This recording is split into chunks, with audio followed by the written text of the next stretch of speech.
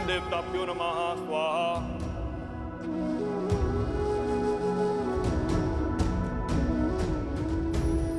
ओम माधवाय नमः।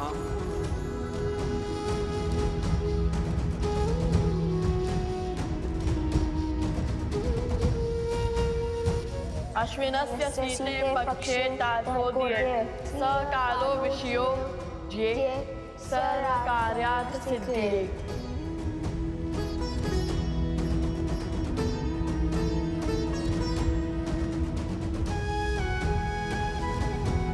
यज्ञ को अंतिम चरण की ओर बढ़ाइए आचार्य। मैं अश्व की ओर बढ़ता हूँ। शीघ्र ही हम दोनों की प्रतीक्षा का अंत होगा। सियावर रामचंद्र की, सियावर रामचंद्र की, सियावर राम, जय भव, सियावर रामचंद्र की।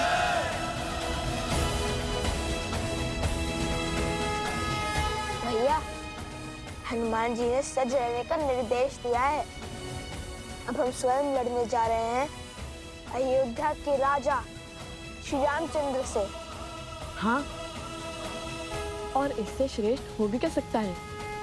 आज हमें हमारे हर प्रश्न का उत्तर मिल जाएगा। सच हो कुश, क्योंकि श्री राम और लव कुश के बीच द्वंद्व होने वाला है।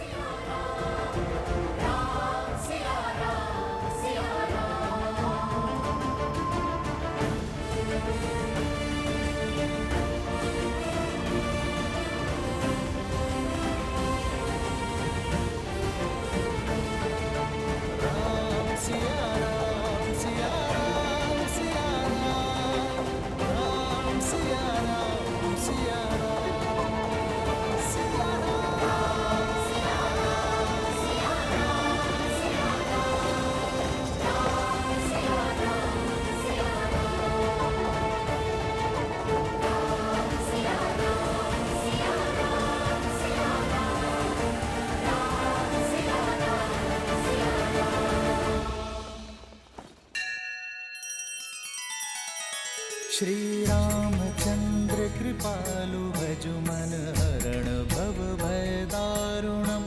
नव कंज लोचन कंज मुख कर कंज पद कंजारुणम।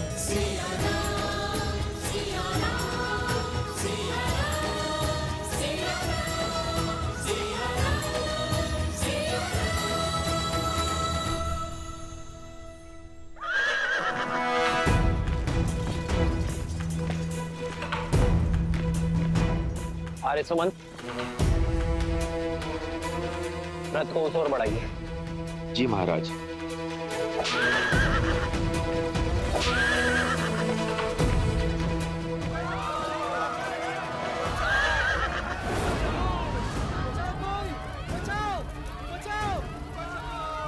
अरे अरे कोई डालो, अरे शीघ्र चलिए, अरे कोई पानी डालो।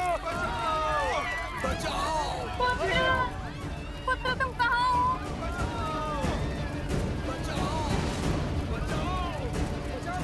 यहाँ क्या अनर्थ घटा है? प्रभु श्री राम आ गए। हमारी रक्षा कीजिए महाराज, हमारा सब कुछ उजड़ गया है। मेरा पुत्र!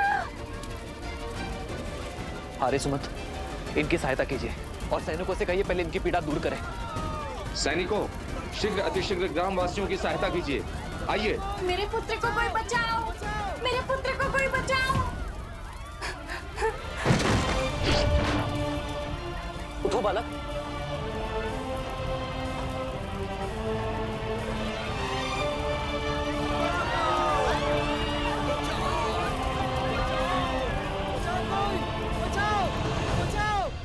ये सब कैसे हुआ भद्र? हम लोग अपने गांव में सुख से दिन प्रतिदिन के कार्य कर रहे थे, तभी चमकते सूर्य में ग्रहण के समान वो दो ऋषि कुमार आए।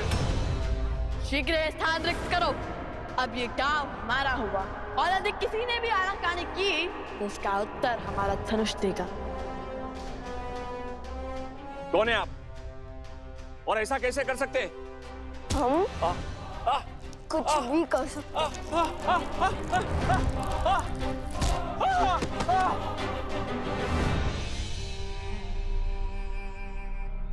जानते नहीं, हम तुम्हारे महाराज के सभी भाई भरत, लक्ष्मण शत्रुघ्न को हराने वाले महावीर हैं हम। तुम्हारे हनुमान जी को बंदी बनाने वाले महावीर हैं हम। हमसे मत उलझना, शीघ्र अति शीघ्र यहाँ से निकलो, दोबारा नहीं कहूंगा। नहीं नहीं, आप ऐसा अनर्थ नहीं कर सकते। अपना घर छोड़ के हम कहाँ जाएंगे?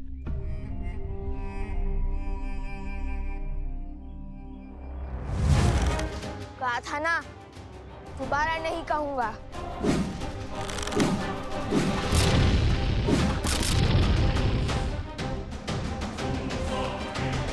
नन्हे से बालक से पर अभिमान पर्वत सा, कहने को ऋषि कुमार पर क्रूरता रावण सी, वो ये भी नहीं देख पाए कि हाँ वृद्ध भी है, स्त्रियां भी है और बालक भी है। मर्यादा की सारी सीमा लांघ गए वो। ये आघात हम पर नहीं है, राम राज्य पर है।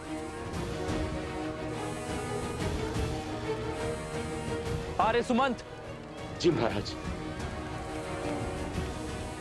इसी क्षण अयोध्या से सहायता का प्रबंध कीजिए, घायलों के लिए वैद्यों का प्रबंध कीजिए और साथ आए सैनिक यही रहकर इनकी देखरेख करेंगे। जो आज्ञा महाराज।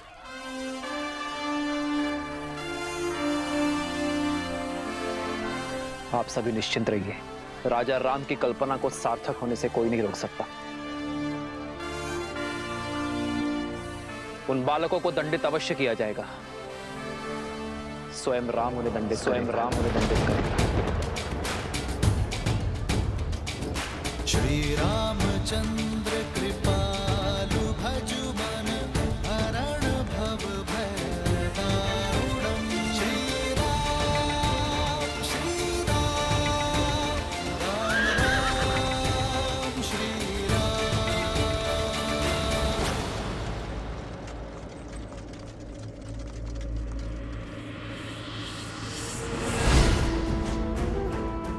राम के क्रोध को बढ़ाने के लिए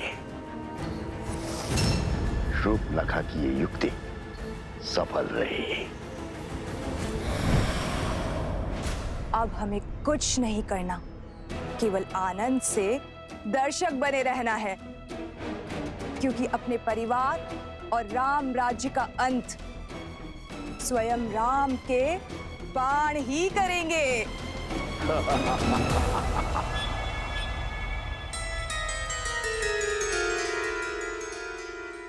भैया, ये द्वारपाल कहाँ से आ गए? अरे वो माता का आदेश है, ताकि कोई भी आश्रम से बिना अनुमति के आ जा ना पाए। अब हनुमान जी के पास कैसे जाएंगे?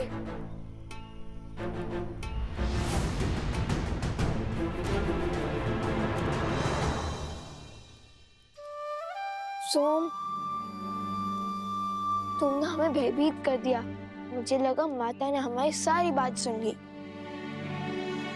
तुम इतने चिंतित क्यों? तुम दोनों ने एक एक करके सबको घायल कर दिया। अब तो स्वयं श्री राम आएंगे। हाँ तो आने दो, धर्म को भला किसका भय? धर्म नहीं अधर्म है ये। अपने ही जमाता से युद्ध कैसे संभव है? कहाँ खो गए सोम? भय भय लग रहा है। अगर श्री राम ने तुम दोनों के विरुद्ध अपनी शक्तियों का उपयोग कर लिया तो हम निडर होकर उनके हर प्रहार का सामना करेंगे। और तुम इतना घबरा क्यों रहे हो? अरे ऐसे घबराओगे तो हमारा कार्य कैसे पूर्ण करोगे? कार्य? मेरा इसमें क्या कार्य? हमें हनुमान जी हर अश्व के पास जाना ही होगा। तब तक के लिए तुम इस आश्रम और माता को संभालोगे। मैं? कैसे? हम बस यूं गए और यूं आए। हमें वहां जाना आवश्यक है सोम। परीक्षा की घड़ी है। आज हमारी प्रतीक्षा पूर्ण हो जाएगी। आज श्री राम से हर प्रश्न का उत्तर, हर दुविधा का समाधान पाएंगे हम। सोम, जब हम अयोध्या गए थे तब हमारे कई प्रश्न थे जो अधूरे रह गए थे, किंतु आज हम उन्हें हमारे प्रश्न का उत्तर देने पर विवश करेंगे।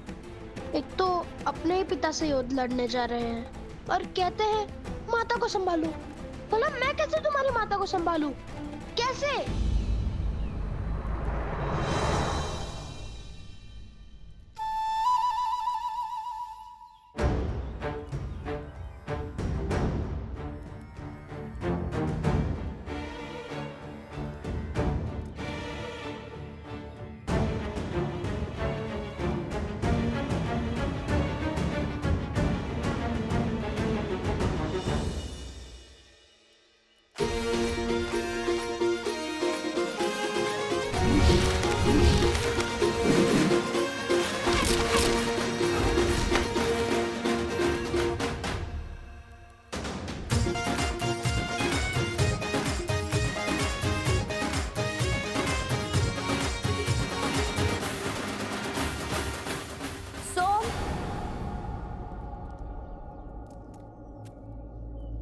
तुम्हें और लवकुश को वन देवी ने स्मरण किया है। शीघ्र अंदर आओ।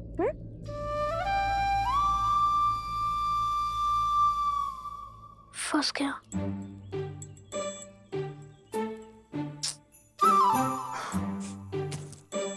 सारे संकट के कार्य मुझे सौंपकर सदा अंतर ध्यान हो जाते हैं ये दोनों।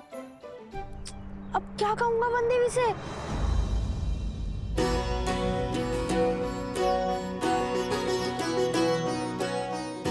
ये हनुमान जी के लिए और ये अश्व के लिए। इससे शुभ और क्या हो सकता है? आज हमें हमारी सारी दुविधाओं का हल मिल जाएगा। तो है।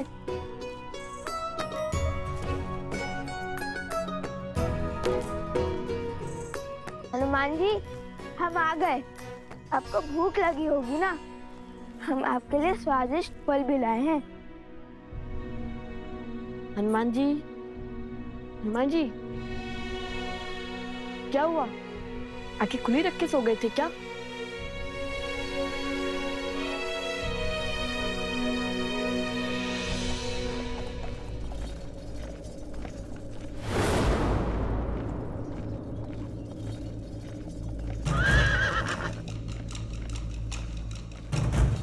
प्रभु श्री रामम श्री रामम श्री रामम श्री राम श्री रामम श्री रामम श्री रामम श्री राम।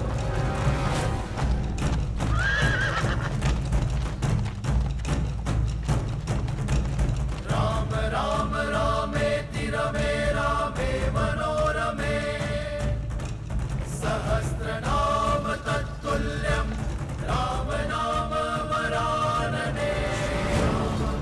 श्री रामम श्री रामम श्री राम श्री रामम श्री रामम श्री राम श्री राम।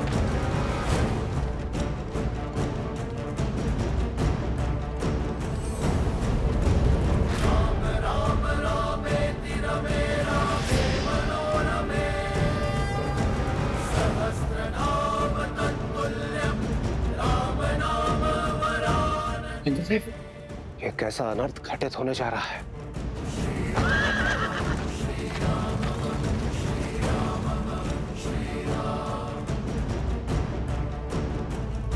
रघुवंश का भविष्य और रघुनंदन आमने सामने होंगे।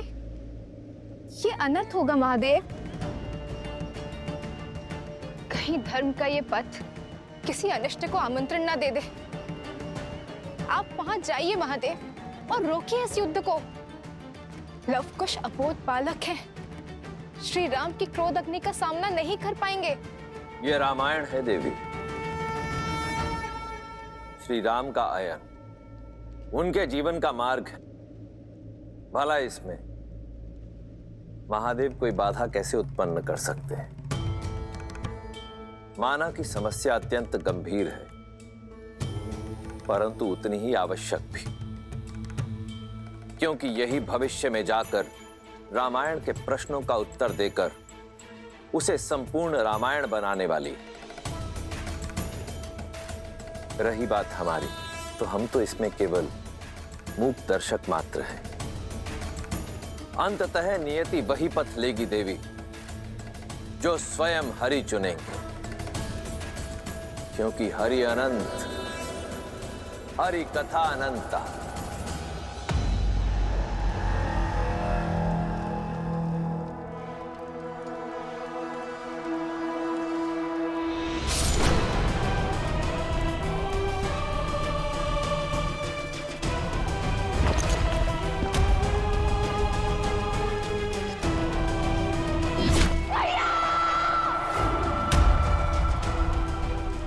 आज हर प्रतिशोध पूर्ण होगा। जिस धनुष से मेरे भ्राता दशानंद रावण का अंत हुआ, आज वही धनुष रघुवंश के भविष्य का अंत करेगा, वो भी स्वयं राम के हाथों।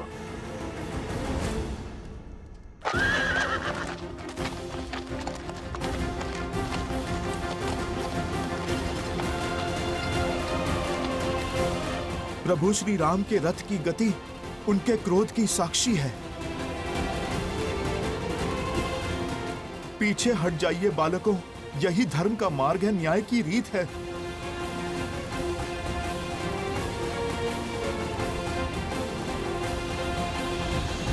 आप रो क्यों रहे हनुमान जी?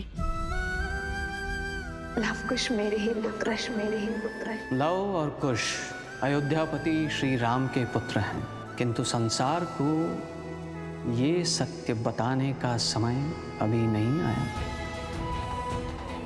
आप क्यों चिंता करते हैं? जो भी होगा हम उसका डट कर सामना करेंगे। और इस क्षण की तो कब से प्रतीक्षा थी हमें।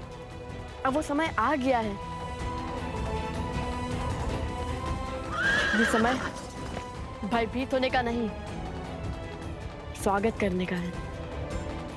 हमें तो ज्ञान था नियति एक ना एक दिन मोड़ अवश्य लेगी। आपको आपके किए का भान नहीं है। जो घट रहा है उसकी आपको समझ नहीं है। ये युद्ध नहीं होना चाहिए। मुझे अनुभूति हो रही है प्रभु कितने क्रोधित हैं। धर्म और न्याय के विनाश का सूचक है ये युद्ध।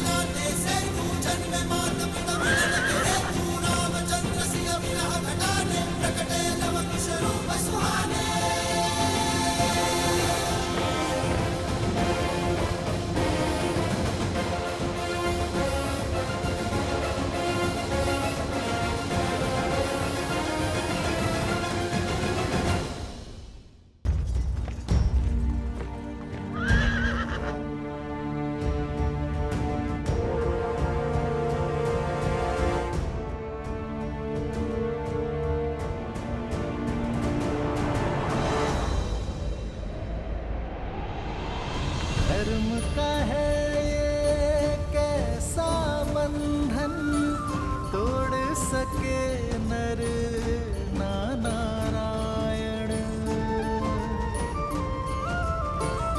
सच और सोच का द्वंद्व अनोखा, राम विरुद्ध है राम के नंदन। मोड़ अनोखा आया है कैसा, युद्ध न जाए ऐसा देखा। पिता चाहे रघुकुल का मान, सूत चाहे सीता सम्मान। भावों का ये है विचित्र संग्राम, जाने न सीता जाने न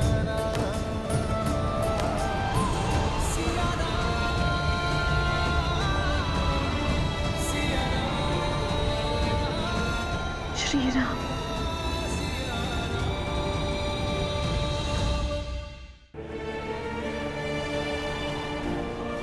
श्री राम।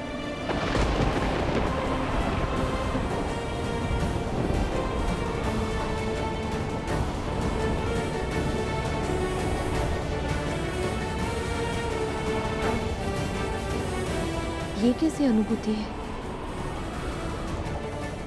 क्यों ऐसा लग रहा है कि आप समीप हैं?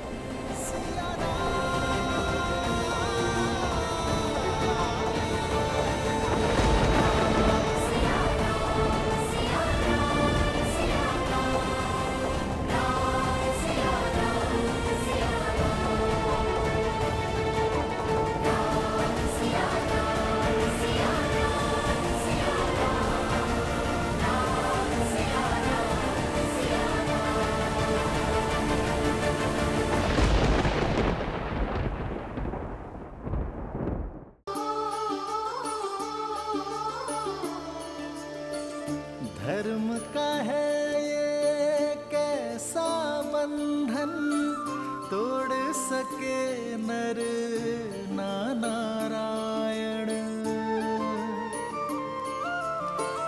वृक्ष की शाखा बनी है कुल्हाड़ी, शत्रु रची ये कैसी अनुभूति है? सिंह हुआ सिंह रक्त का प्यासा, शत्रु ने फेंका कैसा पासा। सरल नहीं कर्तव्य का पालन, ज्ञान यही देती रामायण। मौन हनुमान जानकी अनजान, देव चकित क्या होगा परिणाम। राम सिया राम। वन देवी, आपने मुझे बुलाया?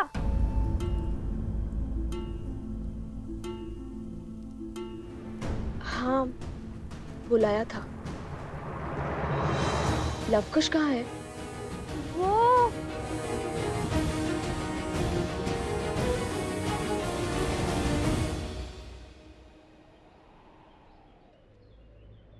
देखो बालकों, स्वयं धर्म के रक्षक, न्याय की मूरत, स्वयं प्रभु श्री राम खड़े हैं आपके समक्ष। अब आप शस्त्र नहीं शब्द साधो, क्योंकि इस संसार की हर एक समस्या का समाधान प्रभु को अपना सब कुछ समर्पण कर देने में ही है। सब कुछ समर्पण तो माता सीता ने भी किया था। माता सीता को क्या लाभ हुआ?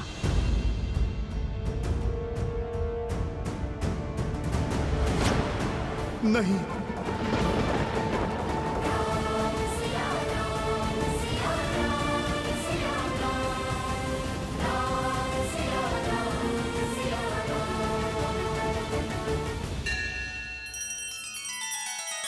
श्री रामचंद्र कृपालु भजु मन हरण भव भय दारुणम। नव कंज लोचन कंज मुख कर कंज पद कंजारुणम।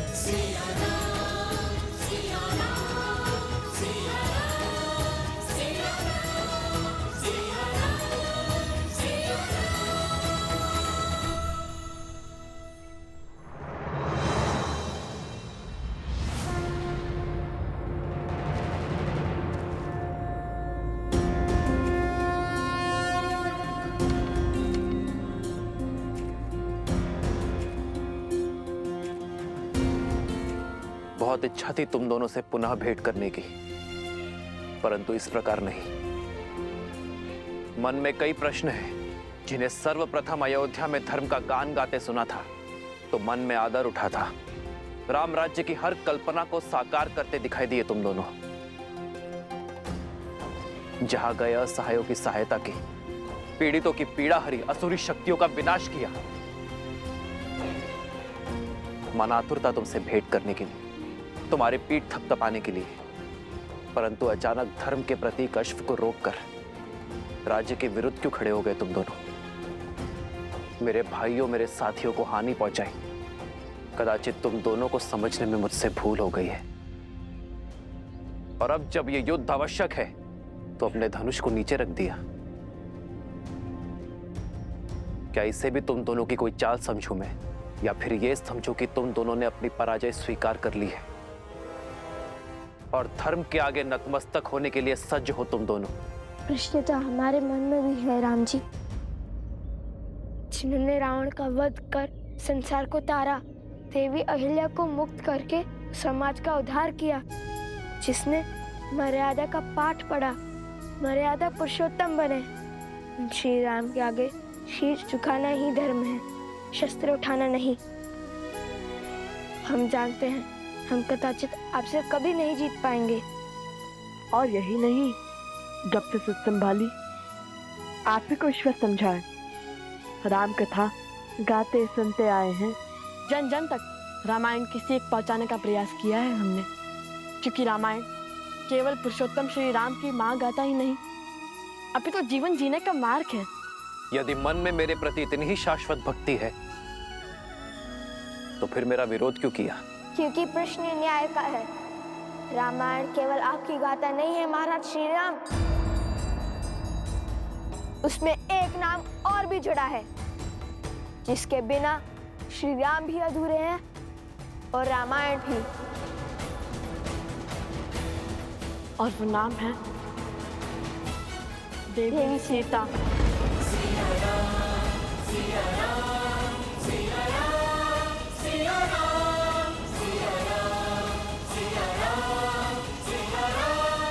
सीता, हमारा उद्देश्य आपसे युद्ध करना नहीं, बल्कि अपने प्रश्नों के उत्तर पाने का है।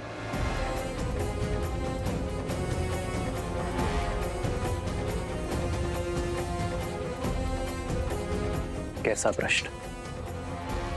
वो प्रश्न जो हर उस जन के मन में है जिसने रामायण पढ़ी, सुनी या घटित होते हुए देखी। वो प्रश्न जिसका उत्तर ना मिला तो रामायण की कथा को कभी संपूर्ण नहीं होने देगा।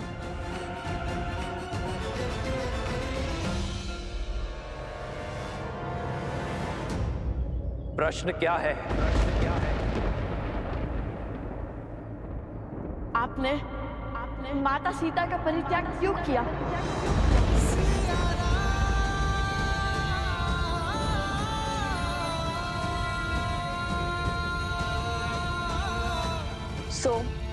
कुछ पूछ रही हूँ, कहाँ है लवकुश? और प्रसूता से तुम्हें लवकुश के साथ आने का संदेश भिजवाया था, तुम यूं अकेले क्यों आ गए? ऐसी कौन सी बात हो गई माता, जो हम तीनों को साथ में बुला लिया? मुझे बताइए, मैं आपका संकट हल कर देता हूँ। संकट की बात नहीं, भोजन की बात है। खीर बनाई है, तुम तीनों को भाती है ना? चलो, चलकर खा लो। भोजन, और वो भी खीर?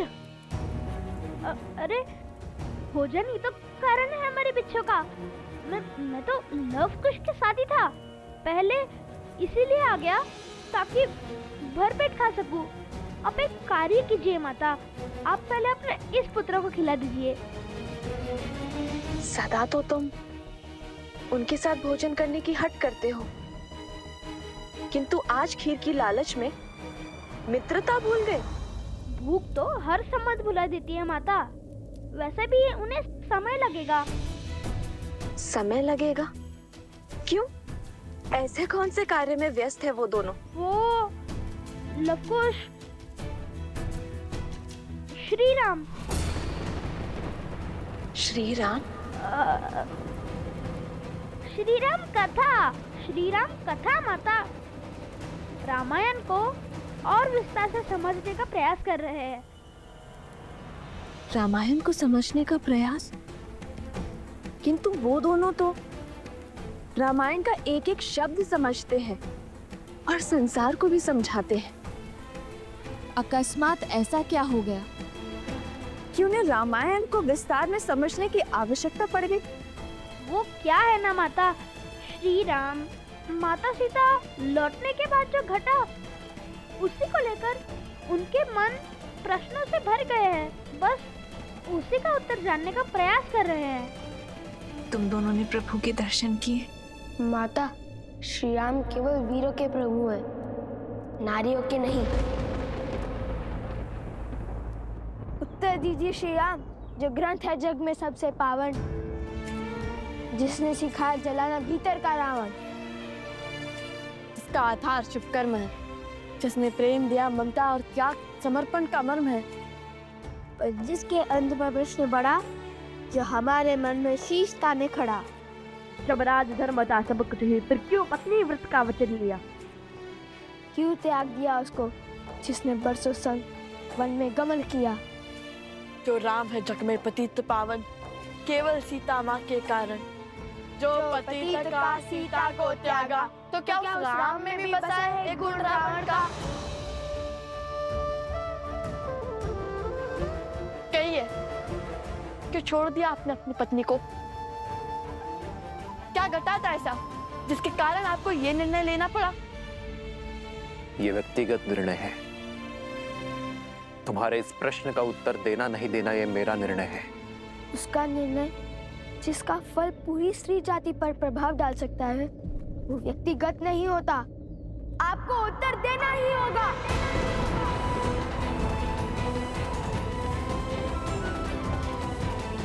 प्रश्न केवल हमारे मन में नहीं, अभी तो सदियों तक लोगों के मन में उठेंगे। सब इसका उत्तर जानना चाहेंगे। हमारे मन में जो आपकी छवि है, उसे जोड़ने का यही एक अवसर है। प्रभु श्री रामचंद्र के भाल पर ये तिलक नहीं, कलंक समान है। कलंक तो अवश्य रहेगा ये सदियों तक। इसका अर्थ ये नहीं कि आप इसका उत्तर ना दें। राजा पिता होता है प्रजा का, और इनके पुत्र मन में एक प्रश्न लेकर आए हैं, तो क्या पिता अपने पुत्रों के प्रश्नों का समाधान नहीं करेगा? ये निर्णय एक राजा और एक महारानी का था।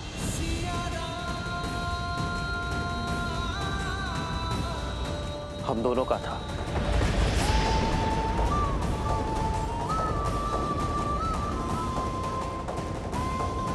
मुझे पूरा विश्वास है कि ये निर्णय केवल श्री राम का नहीं, अपितु सीता राम का है। तुमने अपना धनुष हटाकर, शीश झुकाकर मर्यादा और धर्म के अनुसार यह प्रश्न मुझसे पूछा है, और एक राजा होने के नाते ये मेरा दायित्व है कि मैं तुम्हारे प्रश्नों का उत्तर दूं।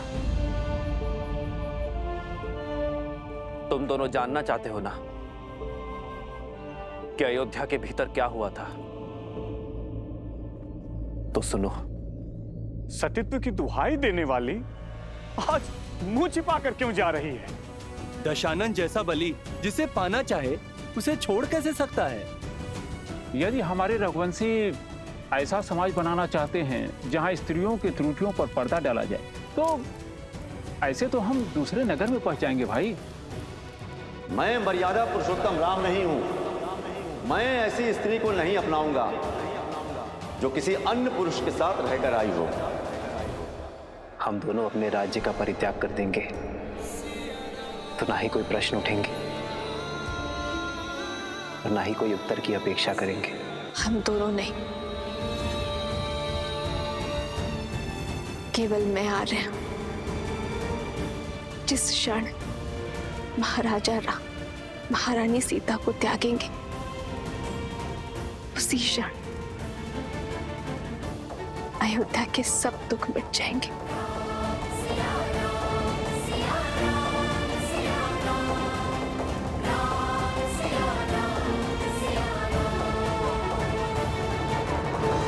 मिल गया तुम्हारे प्रश्नों का उत्तर? मिल गई संतुष्टि तुम दोनों को? अब तुम मेरे प्रश्नों का उत्तर दोगे। क्यों किया तुम दोनों ने ये सब? क्या संबंध है तुम्हारा देवी सीता के साथ? हमारा संबंध हर उस स्त्री के साथ है जिसके साथ अन्याय हुआ। भगवान वाल्मीकि से केवल अस्त्र शस्त्र की शिक्षा ही नहीं ली हमने, अपितु स्त्री के सम्मान की रक्षा की शिक्षा भी ली हमने। अब जब तुम्हें अपने प्रश्नों का उत्तर मिल गया है तो अपना हट छोड़ धर्म की स्थापना में मेरी सहायता करो और उस अश्व को मुक्त कर दो। हाँ पुत्रों, अश्व प्रभु को लौटा दो। अब तो आपके मन का हर संदेह मिट गया ना?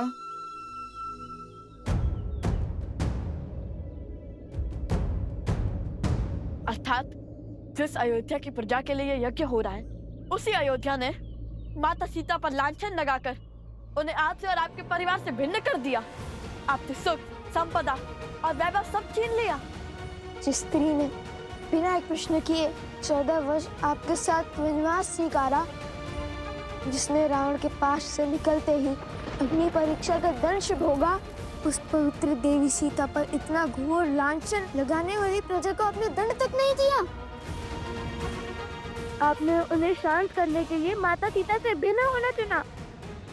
प्रजा के मुख में पत्नी का हर समर्पण भूल गया।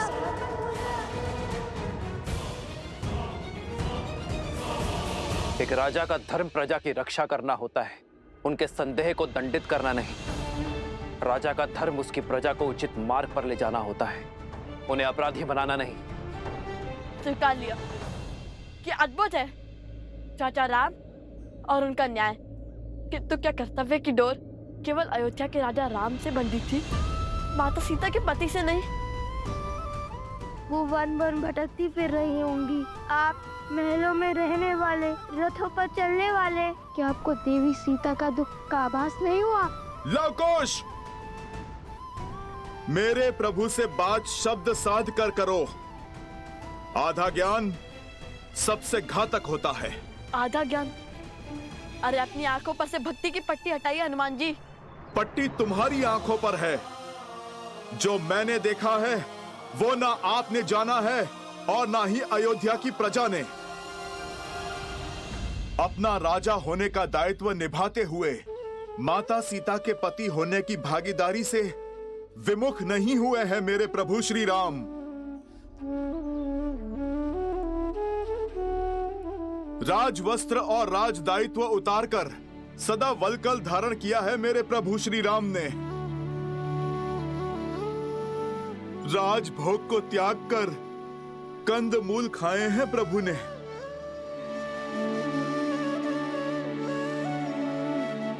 कोमल शैया छोड़कर कृषा पर सोए हैं मेरे प्रभु श्री राम। मेरे प्रभु के लिए तो ये राजवस्त्र कांटों के समान है। उनका सुख तो उसमें है जो वलकल उन्होंने 14 वर्षों तक माता सीता के साथ पहने हैं।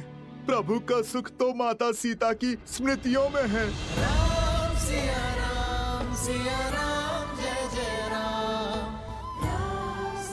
क्षमा करिए, हमें प्रभु श्री राम के त्याग की स्थिति का अनुमान नहीं था। किंतु ऐसा नहीं है कि हमारे प्रश्न अनुचित है। हमने आपके प्रभु को 2 कड़वी बातें कही और आपको इतना क्रोध आ गया। सोचिए जब हमें माता सीता के दुख की सूचना मिली होगी तब हमें कितना क्रोध आया होगा। वे वन वन अकेली फिर रही होंगी, अपनों से दूर, अपने श्री राम से भिन्न।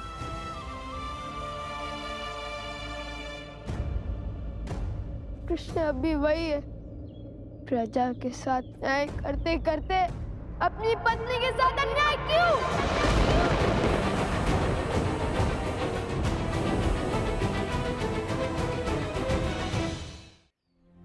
ये त्याग आवश्यक था और ये मेरी सीता का निर्णय था, और ये अनुग्रह मुझे स्वीकार करना पड़ा अपनी प्रजा के लिए।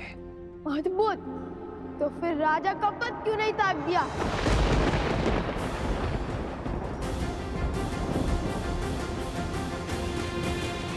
इच्छा यही थी, पर मेरी सीता ने मुझे स्मरण करवाया कि मैं उस कुल का वंशज हूं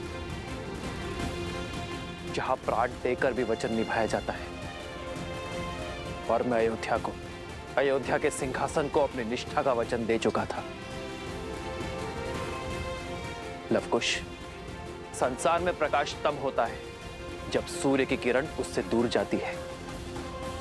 वर्षा की बूंदें जब मेघ को त्यागती हैं, तभी धरा की प्यास बुझती है। मैं उस वंश से हूं जहां महाराजा हरिश्चंद्र ने अपनी प्रजा और अपने वचन के लिए अपनी पत्नी और पुत्र तक को चांडाल को बेच दिया था। रघुकुल की रीत निभाई, किंतु आधी महाराज। मौन, मौन।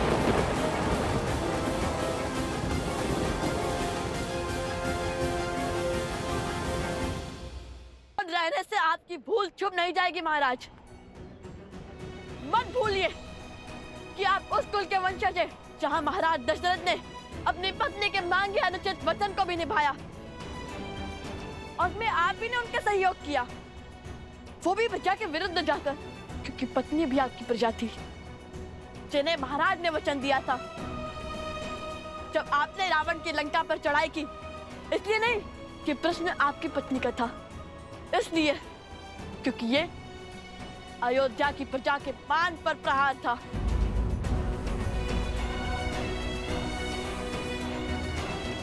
ठीक कहा आपने, सूर्य को किरण से अलग होना पड़ता है प्रकाश के लिए, तो चलता है किंतु उसके अंदर छाव नहीं होती। आप रघुकुल के सूर्य हैं, आप वो दीपक कैसे बन गए जिसके तले अंधकार है?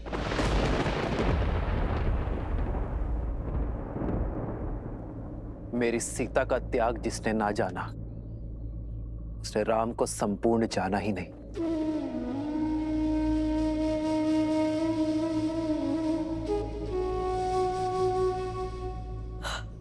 आज नहीं तो कल आपके निर्णय पर प्रश्न उठेंगे जिनके उत्तर के बिना रामायण संपूर्ण नहीं होगी।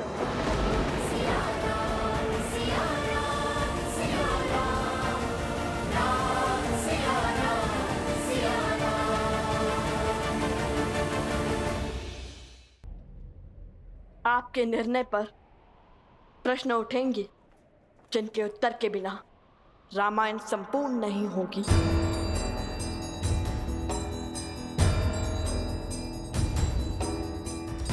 इस प्रश्न का उत्तर सीता के त्याग का केवल यही पीढ़ी नहीं, आने वाली हर पीढ़ी आभार मानेगी।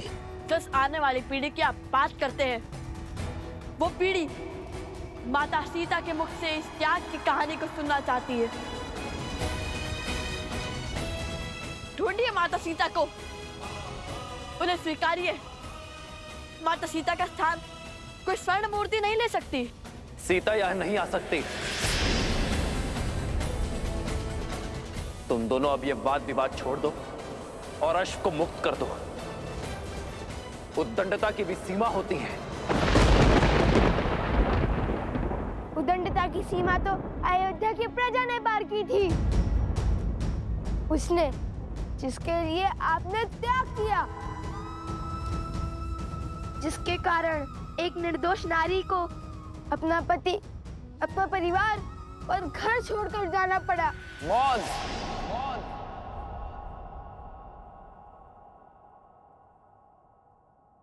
अश्व दो, अश्व दो, या फिर युद्ध के लिए सज्ज हो जाओ।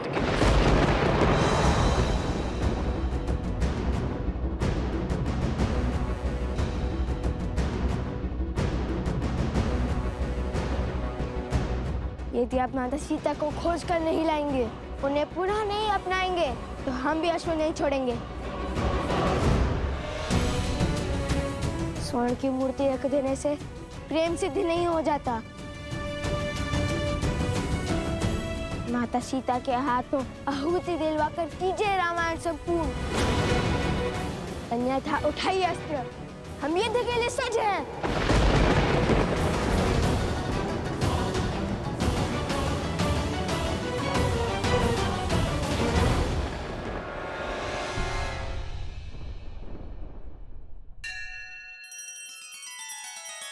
श्री रामचंद्र कृपालु भजु मन हरण भव भय दारुणम, नव कंज लोचन कंज मुख कर कंज पद कंजारुणम। सिया राम, सिया राम, सिया राम, सिया राम, सिया राम, सिया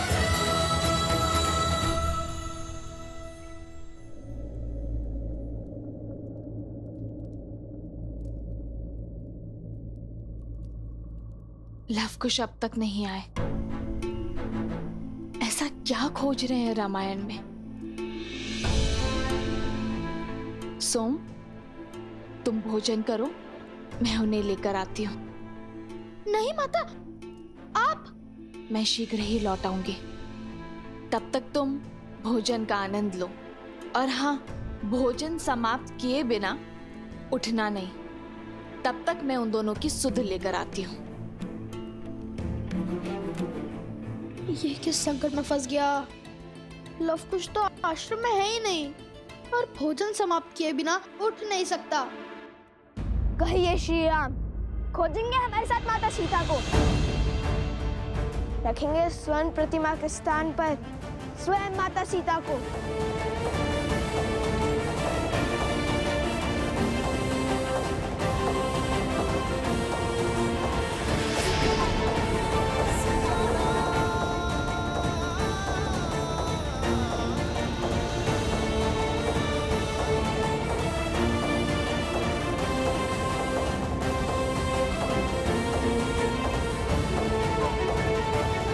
मैं तुम दोनों को क्षमा कर सकता हूं,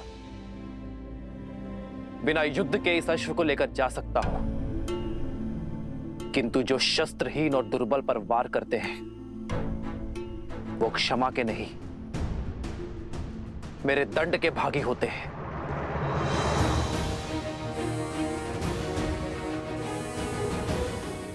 क्या? शस्त्रहीन और दुर्बल? हमने कभी ऐसा पाप नहीं किया। किसकी बात कर रहे हैं आप? संदेह था मुझे, परंतु विश्वास का पलड़ा अधिक भारी था मेरे मन में कि वो दिव्य ऋषि कुमार ऐसा नहीं करेंगे। परंतु कथनी और करनी में अंतर दिख रहा है मुझे। मैं तुम्हारे पाप का दृश्य देखकर आया हूं। लज्जा से नेत्र झुक गए मेरे। अपनी शक्ति का प्रदर्शन करने के लिए तुम दोनों ने पूरे गांव को भस्म कर दिया।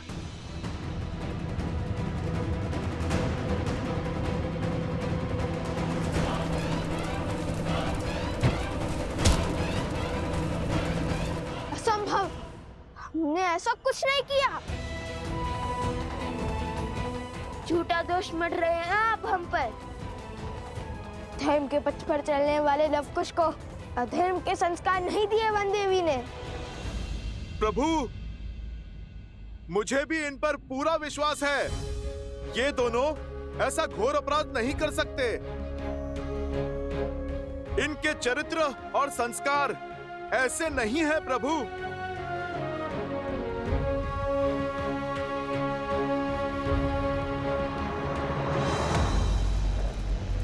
अच्छा हुआ भैया, हमने उस गांव पर अपनी माया का खेल नहीं खेला।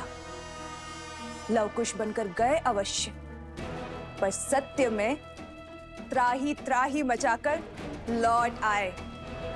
यदि हम उन गांव वालों के साथ सम्मिलित हो जाते तो सत्य की मूरत वो राम क्षण भर में हमें पहचान लेता। अब जो बीज बोया है उसका फल पकते हुए देखना है। शीघ्र ही राम का क्रोध हर सीमा लांघ जाएगा। और कहते हैं ना, क्रोध विवेक का शत्रु होता है। श्री राम, आपको अवश्य ही कोई अनुचित सूचना मिली है। यदि अविश्वास है, अब भी हमारे से धड़ से अलग कर दीजिए। आपसे जीतना तो वैसे भी असंभव है हमारे लिए, किंतु माता सीता के सम्मान के लिए यह युद्ध अंतिम श्वास तक लड़ेंगे हम।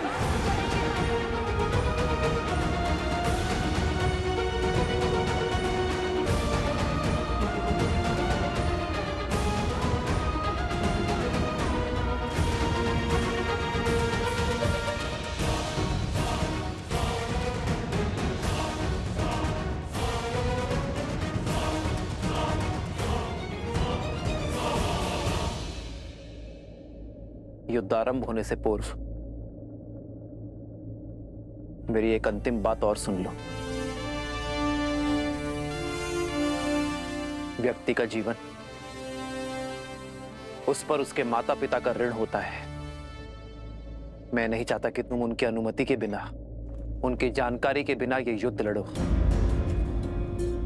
जाओ और जाकर अपने माता पिता और अपने परिजनों से मिलकर आओ। कदाचित तुम्हारे माता पिता तुम्हें समझा पाए, तुम दोनों को अपनी भूल का आभास करवा पाए। कौन है तुम्हारे पिता?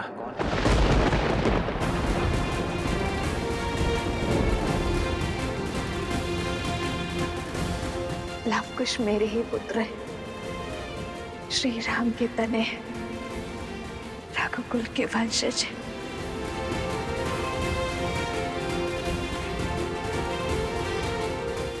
क्या योद्धा के लिए उसके कुल का नाम होना आवश्यक है? हमारी माता ही हमारे पिता हैं।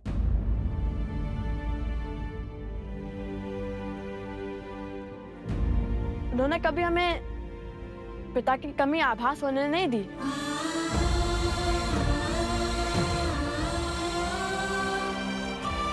मैं किसी के कुल पर प्रश्न नहीं उठा रहा, पर क्या तुम दोनों की माता को तुम्हारे इस कर्म का ज्ञान है? नहीं। तो जाओ और अपनी माता को इस निर्णय से अवगत कराओ। हो सकता है कि ये सत्य जानकर वो तुम दोनों को ये अनर्थ करने से रोक दे।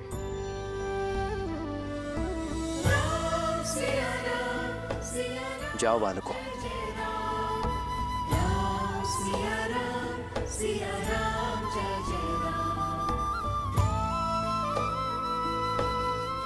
हनुमान जी, हमारे अश्व की रक्षा का दायित्व आपका है, वचनबद्ध हैं आप। सिया राम जय जय राम, राम सिया राम जय जय राम। हे महादेव, कोई चमत्कार दिखाइए, सीता माता को सत्य से अवगत करवाइए। जितना मैंने लवकुश को जाना है, वो पीछे हटने वाले नहीं हैं।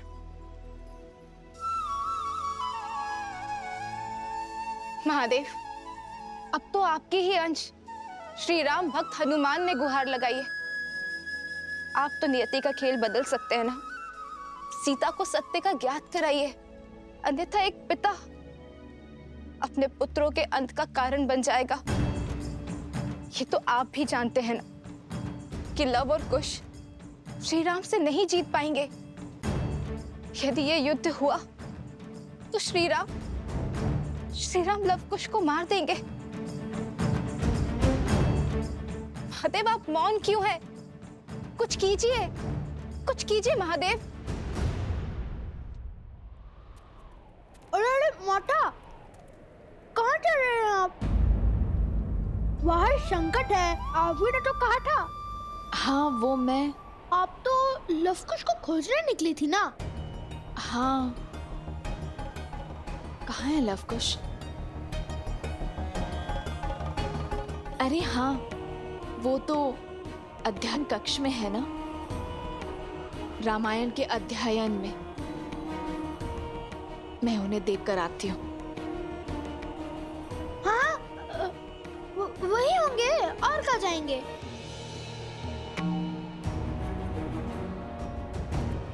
कह तो दिया, किंतु वो अध्ययन कक्ष में आएंगे कैसे? आज हर भेद खुल जाएगा।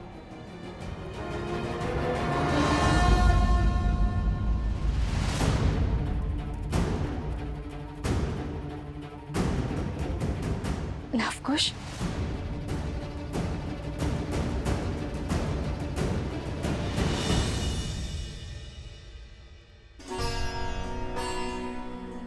मारे गए।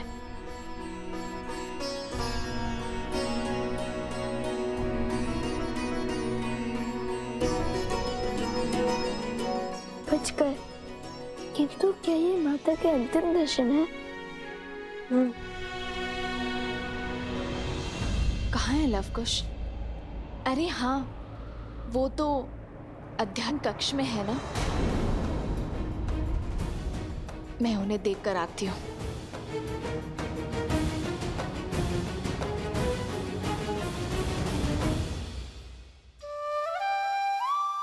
बाल बाल बचा भी इसी क्षण निकल जाता हूँ, अन्यथा ये सियाराम के लाल मुझे पुनः फंसा देंगे।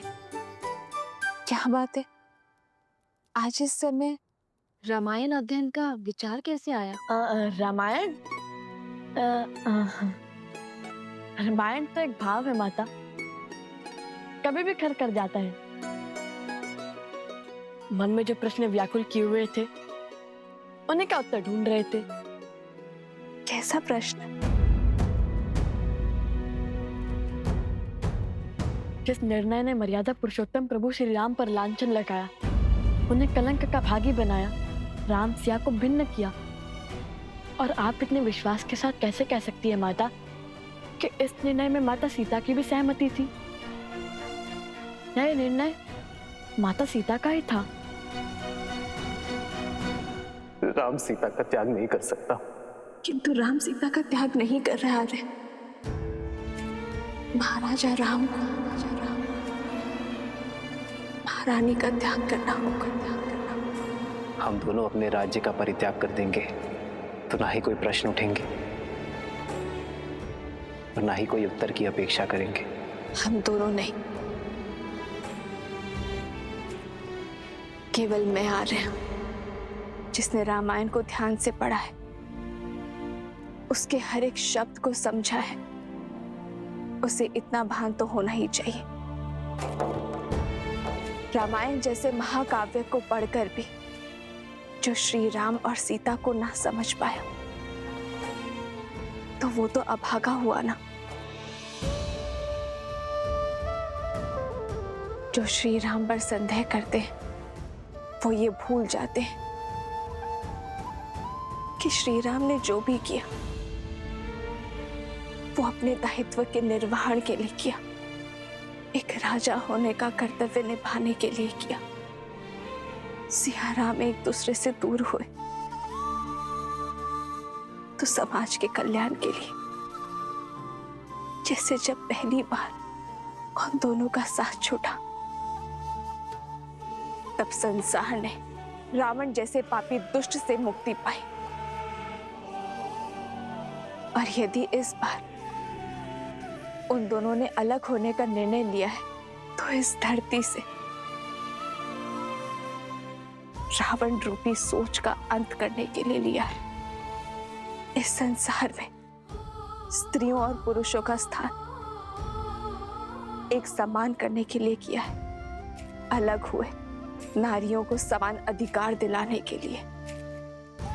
जो रामायण की पवित्रता पर संदेह करते हैं वो अभागे हैं, अबोध है। उन्हें श्री राम के संपूर्ण अयान को समझने की आवश्यकता है, जो समय आने पर स्वयं ज्ञात हो ही जाएगा।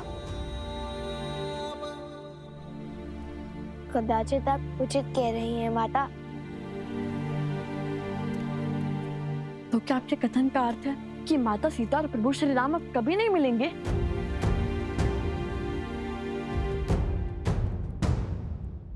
नियति चाहे जितना चाह ले, धरती को आकाश से दूर करने का, किंतु क्षितिज में जाकर सांझ का मंद तेज दोनों को एक कर ही देता है। हाँ, मैं ये नहीं जानती कि सिया राम के जीवन में वो सांझ कब आएगी? माता, वो समय हम लाएंगे जब प्रभु श्री राम और माता सीता फिर से एक होंगे। क्षितिज, हम करेंगे रामायण संपूर्ण।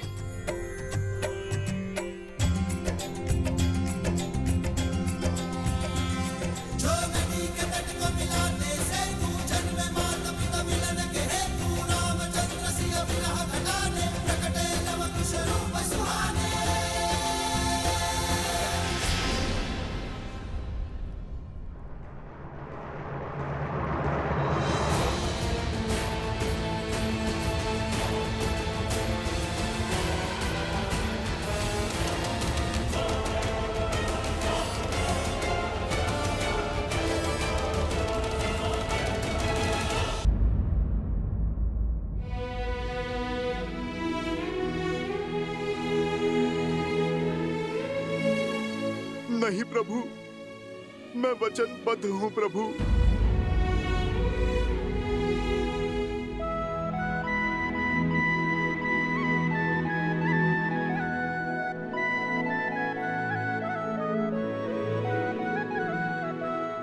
मैं तुम्हें वचन तोड़ने के लिए बाध्य नहीं करूंगा हनुमान।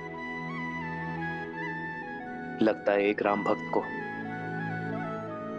दूसरे राम भक्त से अधिक मोह हो गया है, या कदाचित भक्त के मन में भी विद्रोह ने जन्म ले लिया। क्षमा कर दीजिए भगवान वाल्मीकि, अब मुझे आपका वचन तोड़ना होगा।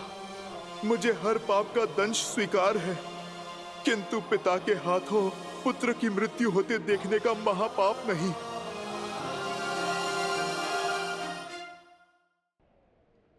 प्रभु, वो लवकुश साधारण ऋषि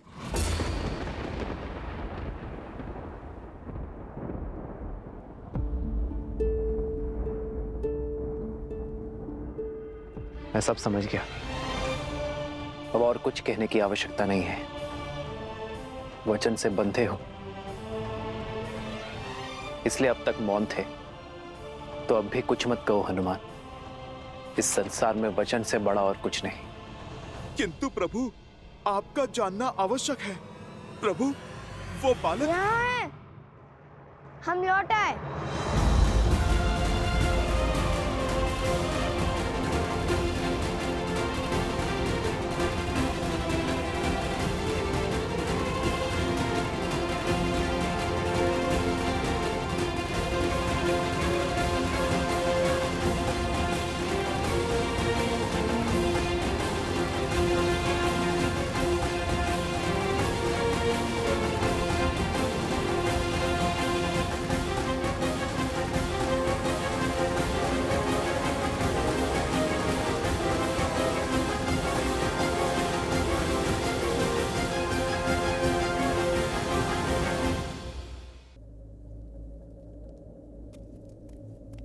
नहीं,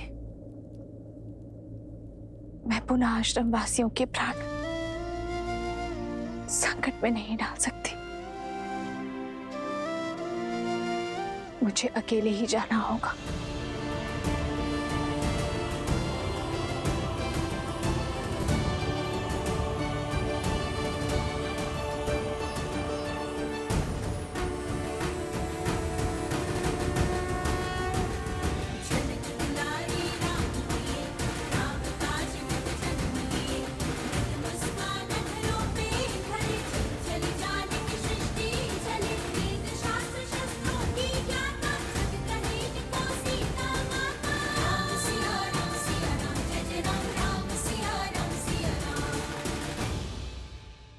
लवकुश, आपने अपनी माता को सत्य बताया?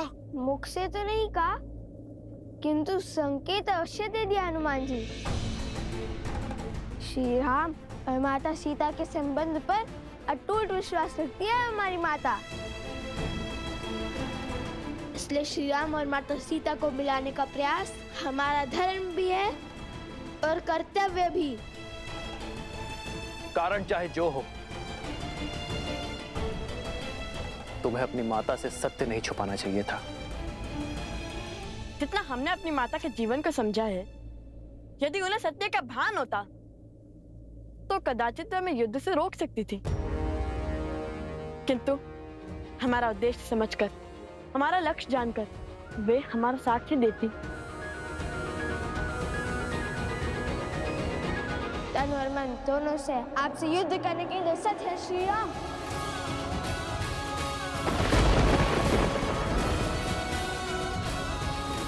अश्व पकड़कर जो चुनौती ली है, उससे पीछे नहीं हटेंगे लवकुश।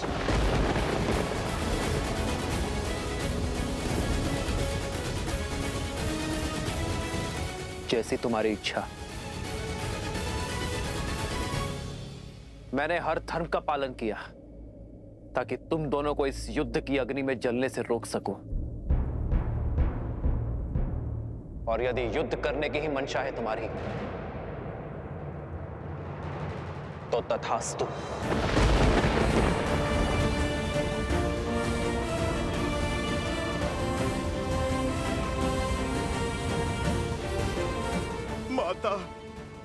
कहाँ हैं आप?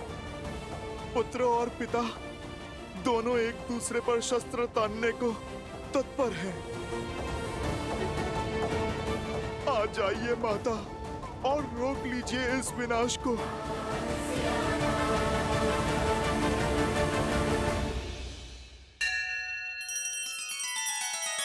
श्री रामचंद्र कृपालु भजु मन हरण भव भय दारुणम नव कंज लोचन कंज मुख कर कंज पद कंजारुणम। सिया राम, सिया राम, सिया राम, सिया राम, सिया राम, सिया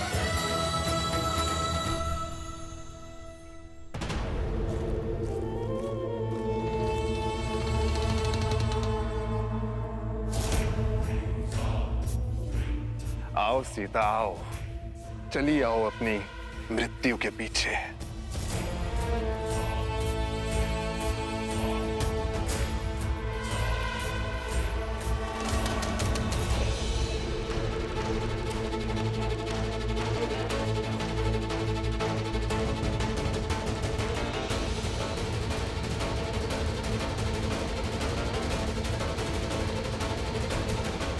ये भक्षण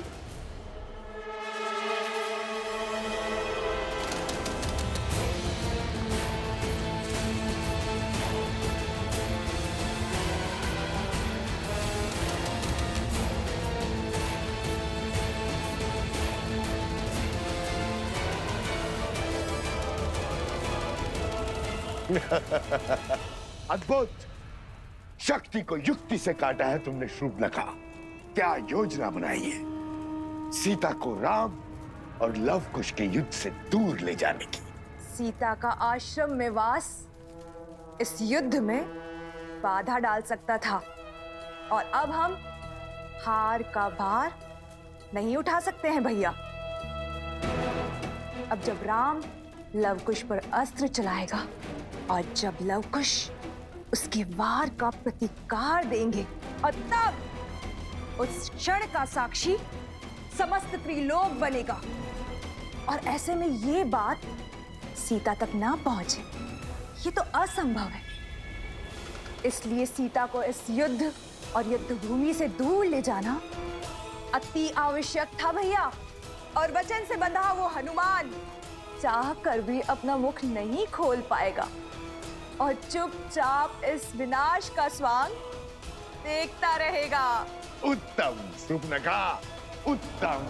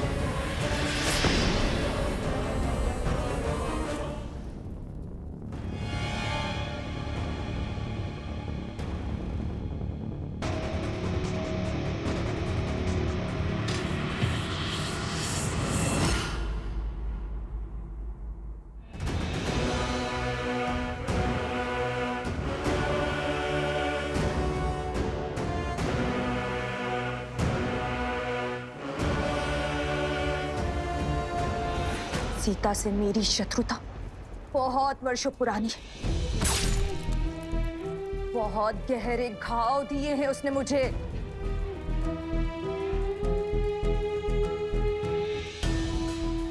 आज मैं उससे अपनी हर पीड़ा, हर दुख, हर कष्ट का प्रतिशोध लूंगी।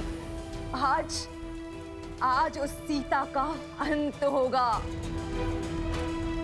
एक साधारण सी स्त्री होकर भी मेरी माया को हराया उसने। मेरे तिरस्कार का कारण बनी वो। मेरे कुल को लील गई और मेरे भ्राता को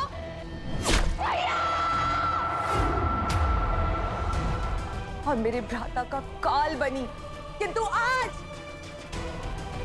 आज मैं उन सब का प्रतिशोध लूंगी। आज उसकी मृत्यु के साथ हमारी इस शत्रुता के अध्याय का भी अंत होगा।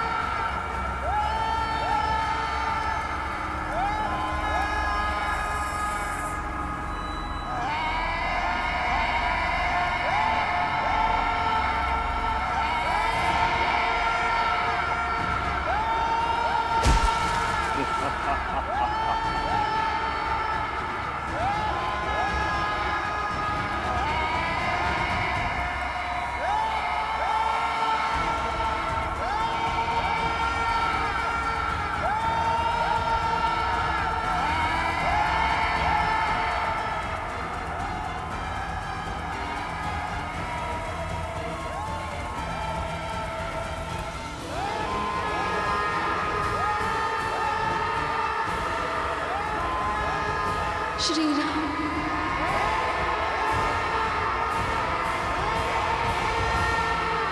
आज हमारी चाल केवल राम सिया की नहीं बल्कि समस्त रघुवंश का अंत कर देगी। रघुवंश के विनाश का शंखनाद हो चुका है भैया, और अंत के इस अध्याय का आरंभ हो चुका है। रघुकुल ने सदा ही ऋषि मुनियों के हर कार्य को सिद्ध किया है, उनके पूजा पाठ को सुरक्षा का कवच दिया है। रघुकुल का एक भी तीर किसी ऋषि के विरुद्ध नहीं चला है, किसी मुनि के तन को छलनी नहीं किया है। और यदि मैं राजा होकर यह युद्ध लड़ूंगा तो न्याय की हानि होगी।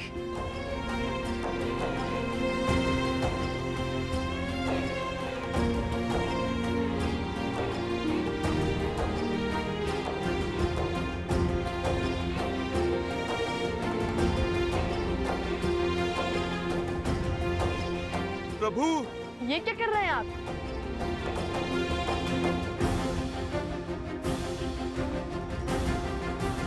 राजा के आभूषण उसकी पहचान होती है, आप ये क्यों उतार रहे हैं? राजा, तुम्हारी दृष्टि में जो अपराधी है वो राजा राम नहीं, सीता का पति राम है। और एक पति का सीधा संबंध उसकी पत्नी के साथ होता है। जिसकी पत्नी वनवासी है, श्रृंगार और आभूषण धारण नहीं करती, तो तुम्हारे प्रश्न और प्रहार का उत्तर देते हुए ये पति भी ये आभूषण धारण नहीं कर सकता। और दूसरी बात, शास्त्रों के अनुसार एक राजा का ऋषि कुमारों से युद्ध करना वर्जित है, किंतु ऋषि कुमारों में द्वंद्व संभव है। तो इसलिए आज ये राजा राम कुछ समय के लिए अपना राजसी रूप त्याग कर एक वनवासी की भांति युद्ध लड़ेगा। श्री राम श्री राम श्री राम श्री राम श्री राम श्री राम श्री राम श्री राम। ना पिता को सत्य का भान है और ना ही पुत्रों को। पिता को ये नहीं पता कि वो अपने ही वंश को लील रहे हैं, और पुत्रों को ये आभास नहीं है कि वो जिन पर बाण ताने खड़े हैं वो उनके ही पिता है। कदाचित सत्य का ज्ञान इस युद्ध को टाल सकता है। कम से कम ये प्रयास तो कीजिए कि सत्य उन तक पहुंच सके। सत्य उचित समय आने पर ही सबके समक्ष उजागर होता है देवी, और जो समय से पूर्व ही सत्य को सबके सामने लाने का प्रयास करता है वो नियति के लक्ष्य में बाधा उत्पन्न करता है। आवश्यक नहीं कि समय सदैव आपके पक्ष में हो, क्योंकि सत्य और समय कभी साथ साथ होते हैं तो कभी भिन्न। श्री राम और लवकुश के मध्य होने वाले इस युद्ध को भी स्वयं समय ने ही चुना है। स्वयं समय ने ही साक्षात नारायण को इस दुविधा में डाला है कि वो इस परीक्षा की घड़ी का सामना करे। ये द्वंद्व आने वाली पीढ़ियों को ये संदेश देगा कि परीक्षा की घड़ी आने पर, दुख की घड़ी आने पर उससे लड़ा नहीं जाता, उसे काटा जाता है। और सीता, उनका क्या महादेव? वो तो सूर्पनखा और सहस्त्र रावण के पाश में फंसी है। कहीं जो काम शक्ति नहीं कर पाई वो युक्ति ना कर दे। नहीं नहीं महादेव, सीता को कुछ नहीं होना चाहिए।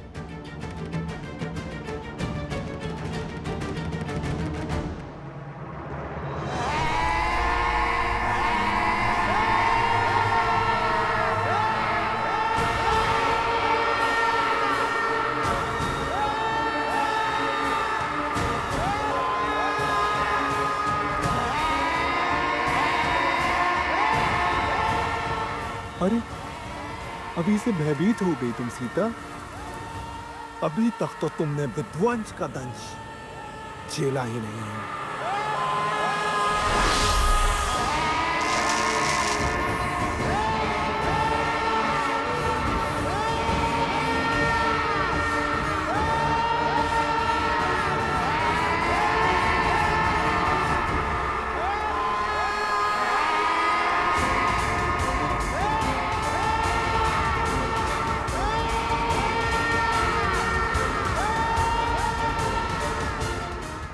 डालो बानासुर, अंत कर दो इस सीता का।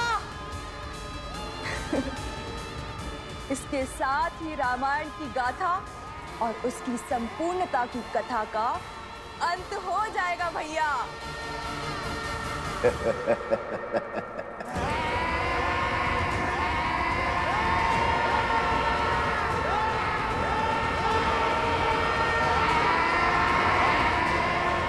ये दीवारें तो मेरी समीप आ रही है।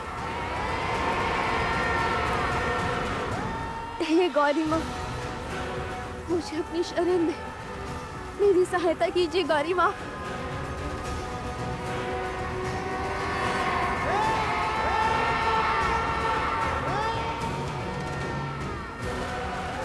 रक्षा करे माँ गौरी, रक्षा करे।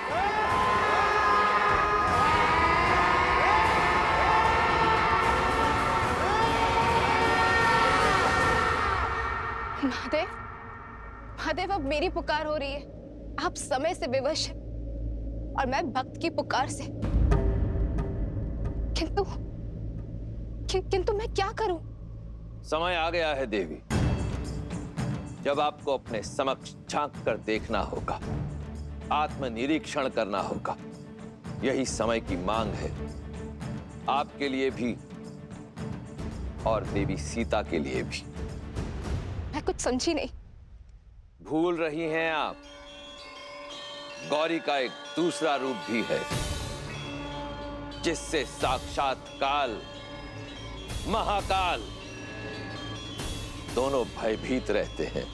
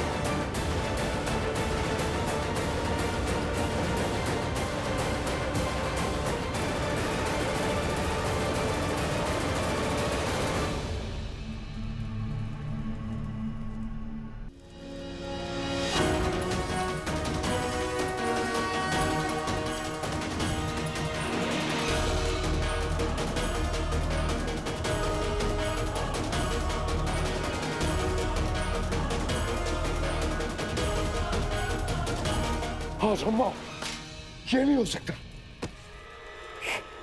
ये नहीं हो सकता।